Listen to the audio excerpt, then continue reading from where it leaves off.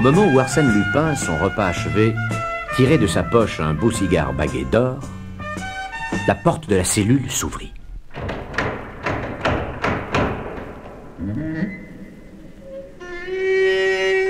Il n'eut que le temps de le jeter dans le tiroir et de s'éloigner de la table. Le gardien entra. C'était l'heure de la promenade. « Ah, je t'attendais, mon cher ami !» Ils sortirent.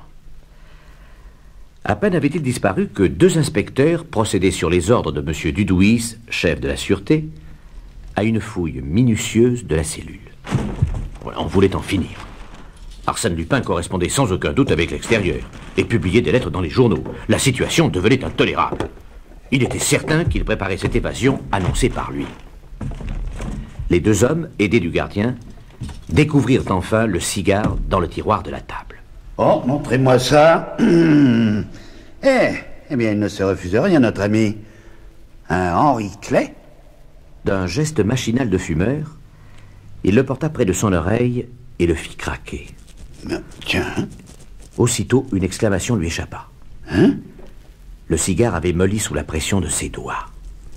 Il l'examina avec plus d'attention et ne tarda pas à distinguer quelque chose de blanc entre les feuilles de tabac. Délicatement, à l'aide d'une épingle, il attirait un rouleau de papier très fin, à peine gros comme un cure-dent. C'était un billet. Il le déroula et lut ces mots. Le panier a pris la place de l'autre. 8 sur 10 sont préparés. En appuyant du pied extérieur, la plaque se soulève de haut en bas. De 12 à 16 tous les jours. HP attendra, mais où? Réponse immédiate. C'est suffisamment clair. Le panier, les cases, de midi à 4 heures, HP horsepower, c'est-à-dire automobile. Bien, écoutez-moi. Le détenu n'a pas encore lu le message qu'il a dû recevoir parmi ses aliments. Remettez le cigare et son billet en place. Et nous viendrons chercher ce soir la réponse de Lupin. Il faut qu'il ne se doute de rien. Le soir même, M. Dudouis, en examinant soigneusement les restes du dîner de Lupin, découvrit que le manche du couteau se dévissait. Il était creux et servait d'étui à une feuille de papier. Ce n'est pas très malin pour un homme comme Arsène Lupin. Voyons un peu. Je m'en remets à vous. HP suivra de loin. Ah, enfin, je crois que notre affaire est en bonne voie. Un petit coup de pouce de notre part et l'évasion réussie. Nous emploierons le nombre d'hommes nécessaires pour qu'Arsène Lupin ne nous file pas entre les doigts et nous pincerons ainsi les complices.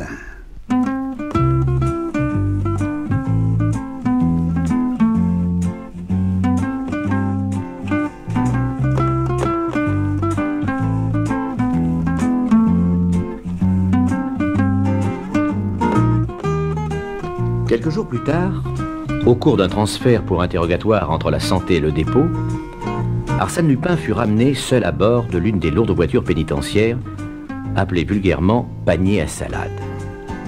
Un garde fut placé dans le couloir central sur lequel s'ouvrent 10 cases séparées.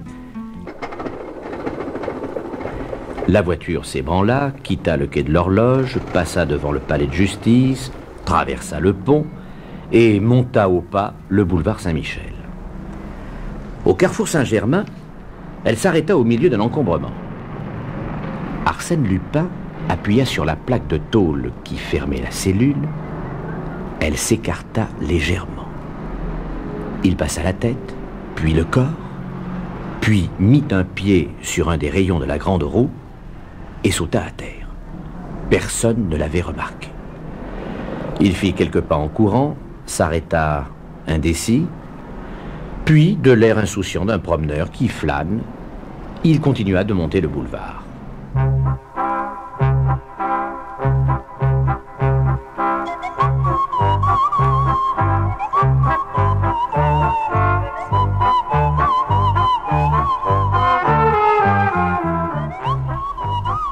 Il s'assit à la terrasse d'un café, commanda un bock, fuma une cigarette, Le serveur vint alors vers lui pour se faire payer. « Je suis désolé, monsieur. J'ai oublié mon portefeuille. Peut-être mon nom vous est-il assez connu pour que vous me consentiez un crédit de quelques jours. Arsène Lupin, détenu à la santé et actuellement en état d'évasion. J'ose croire que ce nom vous inspire toute confiance. » Et il s'éloigna au milieu des rires.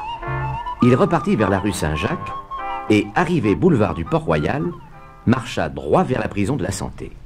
Il s'adressa au garde qui somnolait dans sa guérite. Dites-moi, c'est bien ici la prison de la Santé? Ah oui, mon bon monsieur, mais ce n'est pas l'heure de la visite, hein. Néanmoins, je désirerais regagner ma cellule.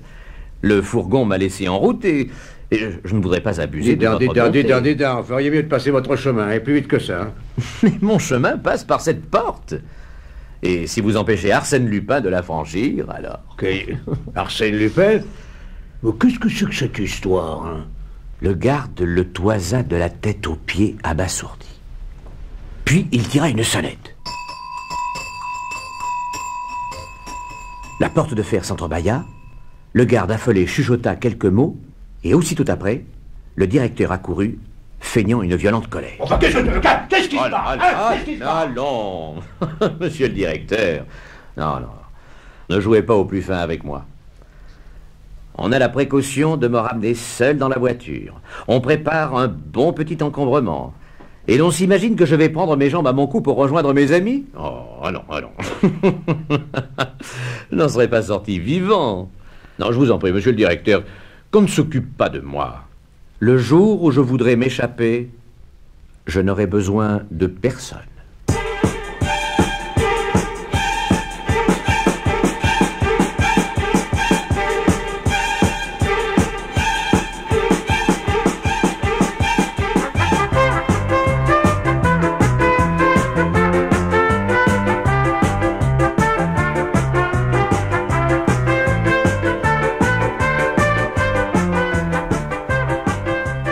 Le lendemain, le récit détaillé de cette tentative d'évasion paraissait dans tous les journaux. Et l'on apprenait en outre que la voiture pénitentiaire, dans laquelle on l'avait transporté, était une voiture entièrement truquée que sa bande avait substituée à l'une des 6 voitures du service des prisons. L'évasion prochaine d'Arsène Lupin ne fit plus de doute pour personne. Lui-même l'annonçait d'ailleurs en termes catégoriques au juge Bouvier au cours d'un interrogatoire. Écoutez bien ceci, monsieur le juge. Oui. Cette tentative faisait partie de mon plan d'évasion. Et il est inutile que vous compreniez pourquoi. Pour quelle raison est-ce inutile, s'il vous plaît? Parce que, monsieur le juge, nous sommes bien d'accord. Tenez, je passe des aveux complets. Ah. Le vol du Crédit Lyonnais, c'est moi. Les cambriolages des châteaux d'Arménil, c'est moi. Ah. De Gouret, du Malaquis, tout cela, c'est encore moi et toujours moi. Alors, à quoi bon toutes ces questions? Elles n'ont aucune espèce d'importance. Comment aucune espèce d'importance? Mais non, puisque je n'assisterai pas à mon procès. Vous n'assisterez... Non. C'est une idée fixe, une décision irrévocable. Alors, on changea Arsène Lupin de cellule et ce fut le silence.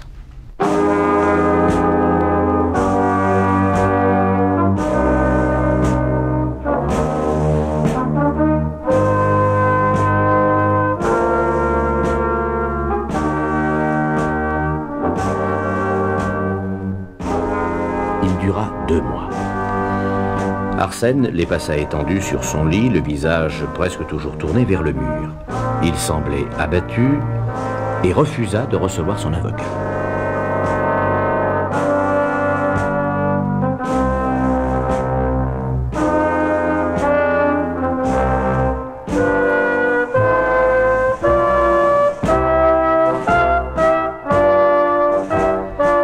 La curiosité publique, cependant, ne s'était pas affaiblie. Chaque jour, on attendait la nouvelle de son évasion. Arsène Lupin devait s'évader. C'était inévitable, fatal. On s'étonnait même que cela tardât si longtemps. Les débats s'ouvrirent dans ces conditions. L'affluence y fut énorme. Le tout Paris se pressa sur les bancs de l'audience. Il pleuvait. Dehors, le jour était sombre. On vit mal Arsène Lupin lorsque les gardes l'eurent introduit. Il se laissa tomber à sa place, immobile, lourd, indifférent et passif. Plusieurs fois, son avocat lui adressa la parole. Il hochait la tête et se taisait.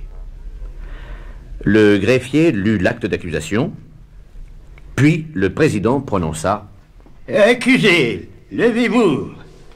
Vos noms, prénoms, âge et profession. Votre nom. Je vous demande votre nom. » Baudru. Désiré Baudru. Encore une nouvelle invention. Nous nous en tiendrons, si vous le voulez bien, à celui d'Arsène Lupin sous lequel vous êtes plus avantageusement connu. Car malgré toutes nos recherches, il a été impossible de reconstituer votre identité. Vous n'avez pas de passé, nous ne savons qui vous êtes, d'où vous venez, où s'est déroulée votre enfance, bref, rien. Baudru. Désiré Baudru, monsieur le président. Oui, c'est un nouveau système de défense. Si vous voulez jouer les irresponsables, libre à vous, Lupin. Quant à moi, j'irai droit au but sans me soucier de vos fantaisies. Il entra alors dans le détail des vols, escroqueries et faux reprochés à Lupin. Parfois, il interrogeait l'accusé. Celui-ci poussait un grognement ou ne répondait pas. Le défilé des témoins commença. Les dépositions se contredisaient souvent. Une obscurité troublante entourait les débats. L'intérêt sembla se ranimer quand l'inspecteur Ganimard fut introduit. Dès le début, toutefois, il sembla mal à l'aise.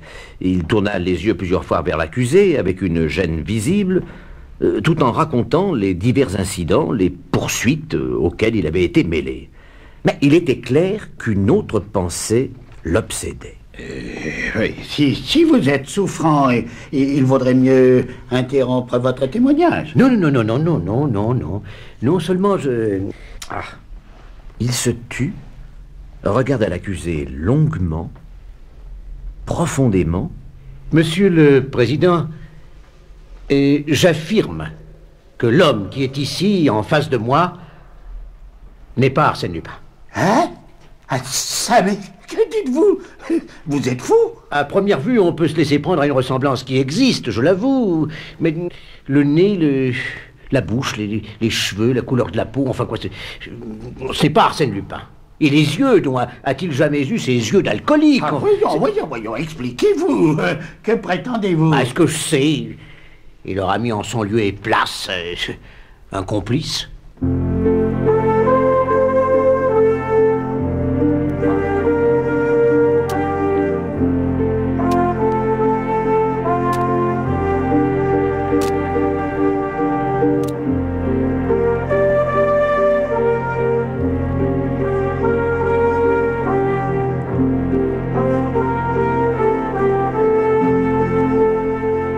L'audience fut suspendue et l'enquête reprit. Le juge Bouvier et le directeur de la santé déclarèrent qu'il n'y avait qu'une très vague ressemblance entre Arsène Lupin et cet homme. Les deux gardiens de la santé reconnurent le détenu dont ils avaient eu la surveillance. Alors la substitution avait dû se produire au moment de la tentative d'évasion et du changement de cellule de Lupin. Le dénommé Baudru avait alors effectivement passé la nuit à la santé et avait été relâché le même jour. Il avait, disait-il, été conduit à nouveau dans sa cellule au lieu d'être libéré. Il y vivait depuis... pas malheureux, on y mange bien, on y dort pas mal. Enfin, il n'avait pas protesté. Tout paraissait vraisemblable. Au milieu d'une grande effervescence, le président demanda un supplément d'enquête. Les gardiens avaient-ils commis une erreur? Ou la substitution était-elle combinée d'avance? Baudru était-il complice de Lupin? Au bout d'un mois de recherche, l'énigme restait entière. On ne pouvait pas garder indéfiniment en prison ce pauvre diable de Baudru. Sa mise en liberté fut alors signée et Ganimard fut chargé d'établir une surveillance active autour de lui.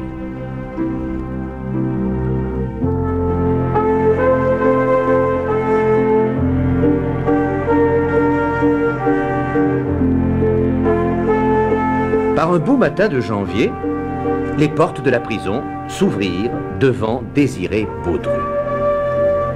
Il parut d'abord hésitant, puis descendit vers la Seine, la traversa, et toujours suivi de Ganimard, monta dans un omnibus qui l'emmena jusqu'à la Muette.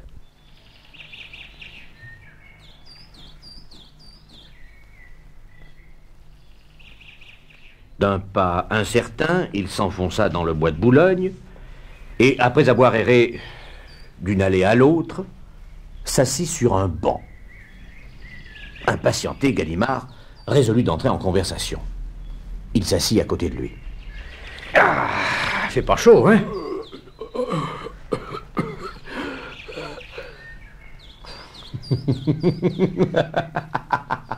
Arsène Lupin?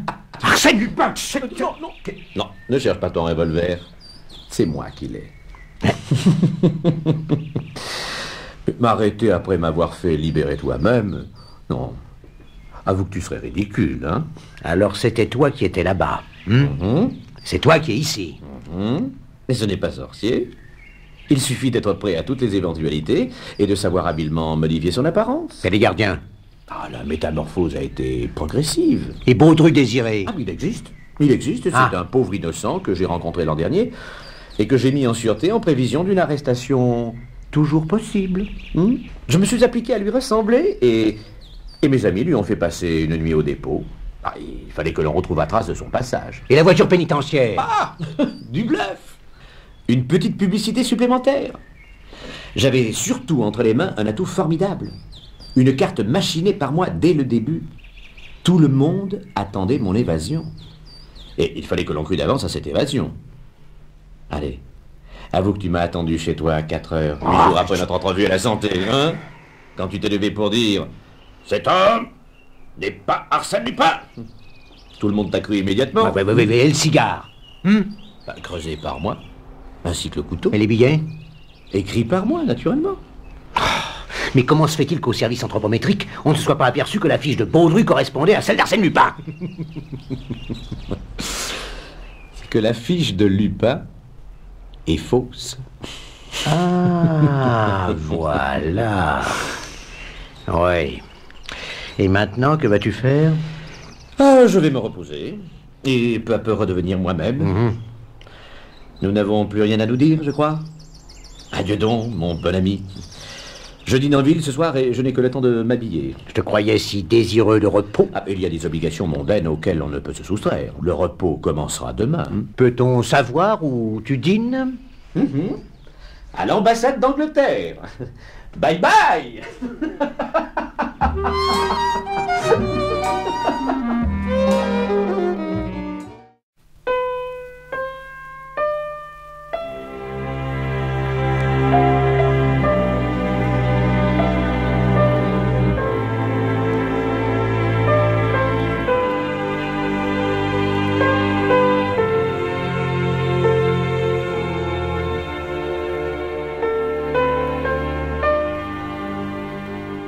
Sur les bords de la Seine, entre les ruines de Jumièges et celles de Saint-Vendrille, se dresse fièrement, en pleine rivière, le petit château féodal du Malaquis.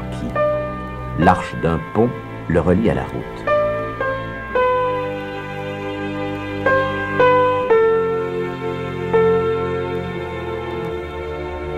Dans cet ancien repère de héros et de brigands, habite le baron Nathan Cahorn. Il y vit seul parmi de fabuleuses collections acquises un peu trop brusquement.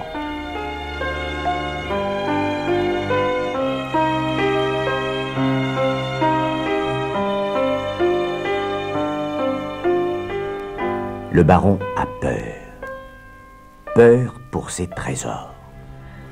Chaque jour, au coucher du soleil, les 4 portes bardées de fer sont verrouillées, les sonneries d'alarme sont branchées.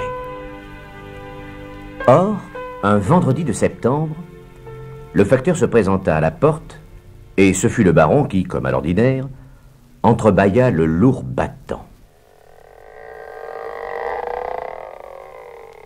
Ce n'est que moi, monsieur le baron, comme d'habitude. Sait-on jamais. Voici les journaux. Et maintenant, monsieur le baron, il y a du nouveau. Du nouveau. Ouais, il y a aussi une lettre recommandée. Le baron prit la lettre. Quel était ce mystérieux correspondant qui venait le relancer dans sa retraite, lui qui vivait isolé et sans amis? Il attendit le départ du facteur, puis ouvrit la lettre. Elle contenait une simple feuille de papier quadrillé. Stupéfait, il lut « Prison de la Santé, Paris. Monsieur le baron, il y a dans la galerie qui réunit vos deux salons un tableau de Philippe de Champaigne d'excellente facture et qui me plaît infiniment. Vos Rubens sont aussi de mon goût, ainsi que votre plus petit Watteau. Dans le salon de droite, je note la crédence Louis XIII, les tapisseries de Beauvais, le guéridon Empire signé Jacob et le bahut Renaissance. Dans celui de gauche, toute la vitrine des bijoux et des miniatures. Pour cette fois, je me contenterai de ces objets. Je vous prie donc de les faire emballer convenablement et de les expédier à mon nom, port payé, en gare de Batignolles avant 8 jours. Faute de quoi, je ferai procéder moi-même à leur enlèvement dans la nuit du mercredi 27 au jeudi 28 septembre. Et, comme de juste, je ne me contenterai pas des objets sus-indiqués. Veuillez excuser le petit dérangement que je vous cause et accepter l'expression de mes sentiments de respectueuse considération. Arsène Lupin. PS. Surtout, ne pas m'envoyer le plus grand des Watteau. Quoique vous l'ayez payé 30 000 francs à l'hôtel des Ventes, ce n'est qu'une copie. L'original ayant été brûlé sous le directoire par Barras. Consultez les mémoires inédites de Garat. Je ne tiens pas non plus à la châtelaine Louis XV, dont l'authenticité me semble douteuse. Cette lettre bouleversa le baron Cahorn.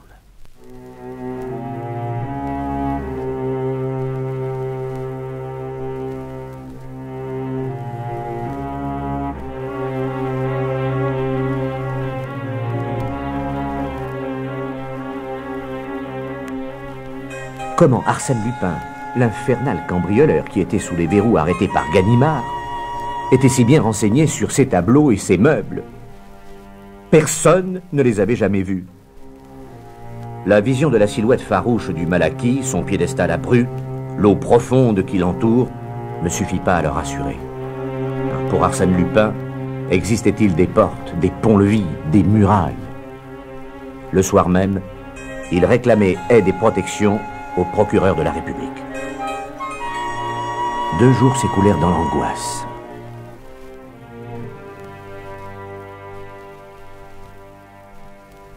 Au matin du 3e, en lisant son journal, il tressaillit de joie. Le réveil de Caudebec annonçait l'arrivée de l'inspecteur principal Ganimard, venu se reposer quelques jours en taquinant le goujon et la blette.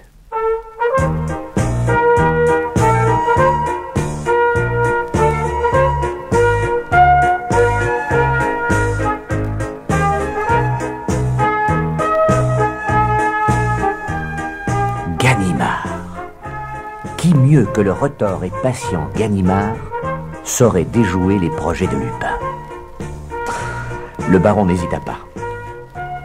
Il trouva Ganimard le long du quai, une ligne à la main, et lui fit part tout de suite de ses angoisses et de ses craintes. Mais qu'est-ce que vous me chantez là, enfin? Mais monsieur, ce n'est guère l'habitude de prévenir les gens que l'on veut dépouiller. Arsène Lupin ne commet pas de pareille faute, et de plus, il est sous les verrous. Et s'il s'échappe? On ne s'échappe pas de la santé, pas plus lui qu'un autre. Dormez donc sur vos 2 oreilles.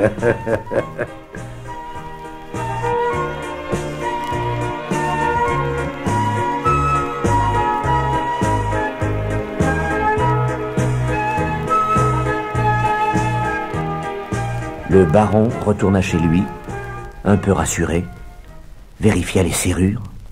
48 heures passèrent, la date approchait. Le 26 septembre, une dépêche arrivait. Aucun colis en gare des Batignolles. Préparez tout pour demain soir. Signé Arsène. Ce fut l'affolement. Le baron courut à Caudebec. Ganimard pêchait toujours aussi tranquillement à la même place. Sans un mot, il lui tendit le télégramme. Bah, et après? Après. Mais c'est pour demain. Quoi? Le cambriolage, le pillage de mes collections. Oh, est-ce que vous vous imaginez que je vais m'occuper d'une histoire aussi stupide? Le baron insista à nouveau. Ah, eh bien, soit. Je viendrai passer la nuit du 27 au 28 au château. Avec 2 gaillards de mes amis. Mais à une condition. Cette affaire est si ridicule que je vous interdis de jamais mentionner ma présence au château. Promettez-moi de tenir parole. Je vous le jure, sur l'honneur, monsieur le commissaire. Bon, bah, laissez-moi pêcher maintenant. Et à demain. À demain.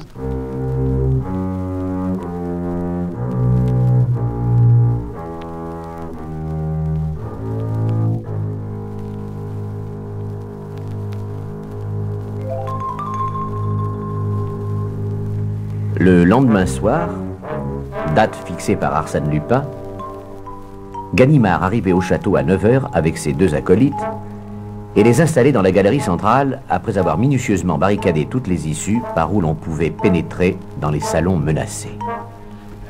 Bon, alors, pas de bêtises, hein? On n'est pas ici pour dormir. Non, d'accord. Écoutez-moi, à la moindre alerte, ouvrez les fenêtres de la cour et appelez-moi. Attendez. Il avait choisi pour y passer la nuit une petite pièce d'où il pouvait à la fois surveiller la cour et le pont. Il aligna 3 chaises et s'installa confortablement. Il alluma sa pipe.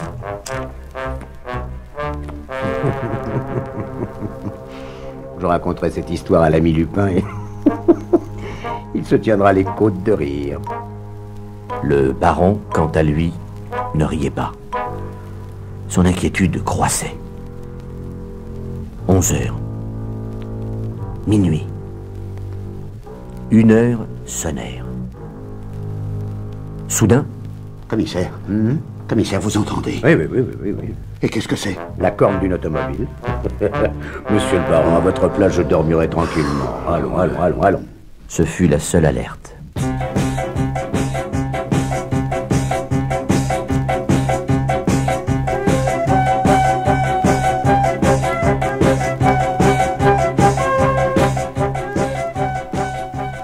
Au petit jour, Cahorn, radieux et Ganimard, toujours paisible, montèrent l'escalier.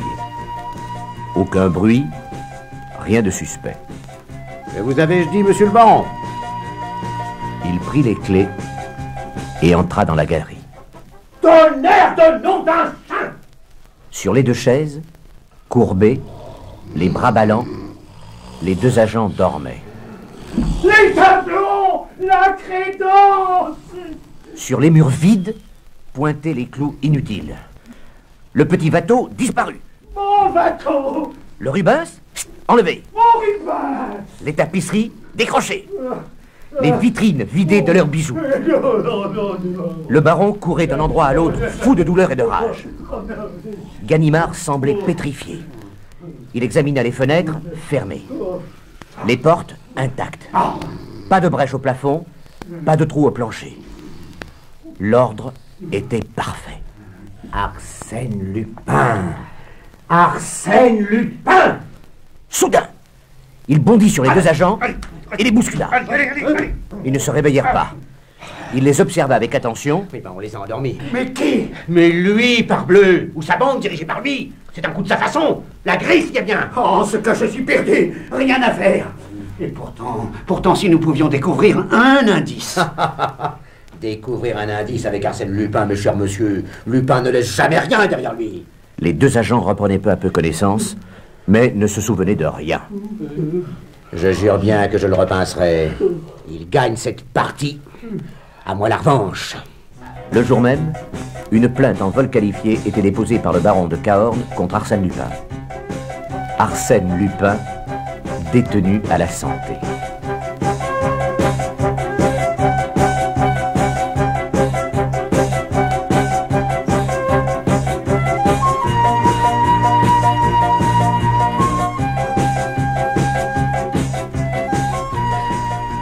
Selon les promesses faites à Ganimard, le baron ne mentionna pas sa présence au château la nuit du cambriolage. Et l'affaire se mit à passionner l'opinion. Les suppositions les plus fantaisistes remplirent les colonnes des journaux. Le château fut fouillé de fond en comble, on questionna chacune des pierres, on étudia les boiseries et les cheminées, les glaces, les poutres des plafonds, les caves. Ce fut en vain. Le mystère restait entier.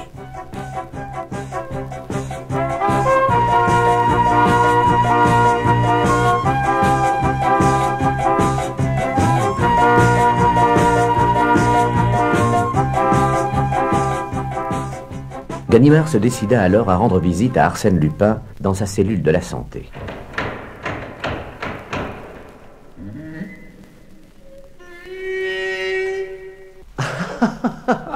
Ah, ça, mais c'est une vraie surprise. Ce cher Ganimard, ici, Lui-même. Mon Dieu, que je suis content de reposer mes yeux sur la figure d'un honnête homme. Tu sais, je professe pour toi la plus vive estime. Ah oui, j'en suis fier. Vois-tu, je suis désolé, je n'ai à t'offrir que cet escabeau en guise de siège. Et pas un rafraîchissement.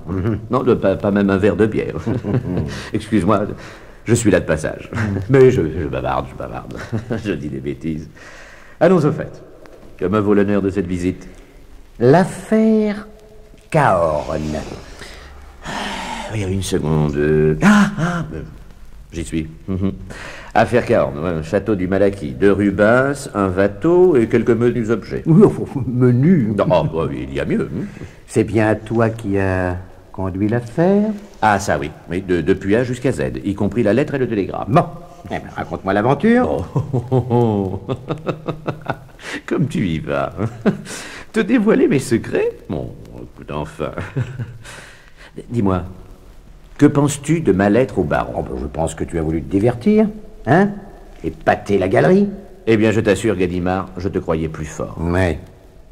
Mais penses-tu que moi, Arsène Lupin, j'aurais écrit cette lettre si j'avais pu dévaliser le baron sans lui écrire? Comprends donc que cette lettre est le point de départ indispensable. Tiens, voyons, préparons ensemble le cambriolage du Malaquis. Oui, je t'écoute. Donc, supposons un château rigoureusement fermé et barricadé comme celui du baron Cahorn. Ouais. Vais-je renoncer au trésor que je convoite? Évidemment non. Vais-je m'y introduire sournoisement? Impossible. Reste un moyen unique à mon avis, me faire inviter par le propriétaire du château. Le moyen est original. Supposons qu'un jour, le propriétaire du château reçoive une lettre du dénommé Lupin, l'avertissant de ce qui se trame contre lui. Que fera-t-il? Il enverra la lettre au procureur. Qui se moquera de lui puisque Lupin est sous les verrous. Oui. Donc affolement du bonhomme qui est prêt à demander secours au premier venu. Cela est hors de doute. Et s'il lui arrive de lire dans une feuille de chou qu'un policier célèbre est en villégiature dans la localité voisine, Il ira s'adresser à ce policier. tu l'as dit. Mais si Arsène Lupin a prié un de ses amis de prendre la silhouette de ce policier, de s'installer à Caudebec, d'entrer en relation avec le rédacteur du Réveil, journal auquel est abonné le baron, de laisser entendre qu'il est ce policier célèbre, qu'adviendra-t-il? Le rédacteur annoncera dans le Réveil la présence à Caudebec du dit policier. Parfait. Et si Cahorn mord à l'hameçon, il accourt, tout frétillant, et voilà mon baron implorant contre moi l'assistance d'un de mes amis. Oui. De plus en plus original. Bien entendu, le pseudo-policier refuse d'abord son concours.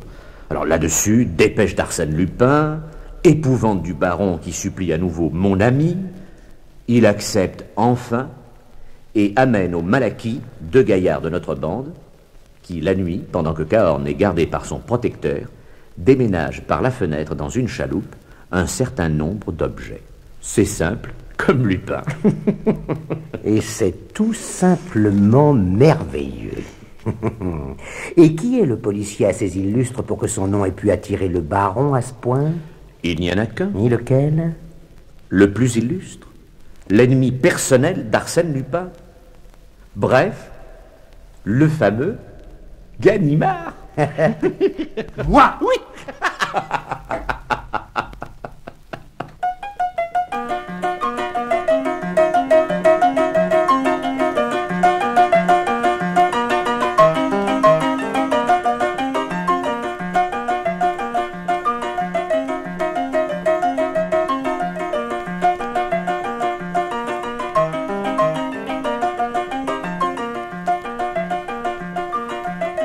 Arsène Lupin riait de bon cœur. L'inspecteur, vexé, se mordait les lèvres. La plaisanterie ne lui semblait pas mériter un tel accès de joie. Puis il se leva, et d'un ton où il laissait franchement percer son admiration de connaisseur... Hein, par bonheur, il n'en existe pas des douzaines comme toi, sans quoi il n'y aurait plus qu'à faire des boutiques. Hein. Bon, il fallait bien se distraire, occuper ses loisirs. D'autant que le coup ne pouvait réussir que si j'étais en prison. Comment, mais ton procès, ta défense, l'instruction, tout cela ne te suffit pas pour te distraire? Non, car j'ai résolu de ne pas assister à mon procès. Je n'assisterai pas à mon procès. En vérité? Non, ça, mon cher. T'imagines-tu que je vais pourrir sur la paille humide? Il faut savoir à certains moments faire une cure de repos, d'isolement, de santé. Amusant. Oui. Mais Arsène Lupin ne reste en prison que le temps qu'il lui plaît. Et pas une seconde de plus. Mais tu te paies ma tête. Ganimard, nous sommes aujourd'hui vendredi. Mercredi prochain, j'irai fumer mon cigare chez toi à 4 heures de l'après-midi. C'est ça. Je t'attends. À mercredi.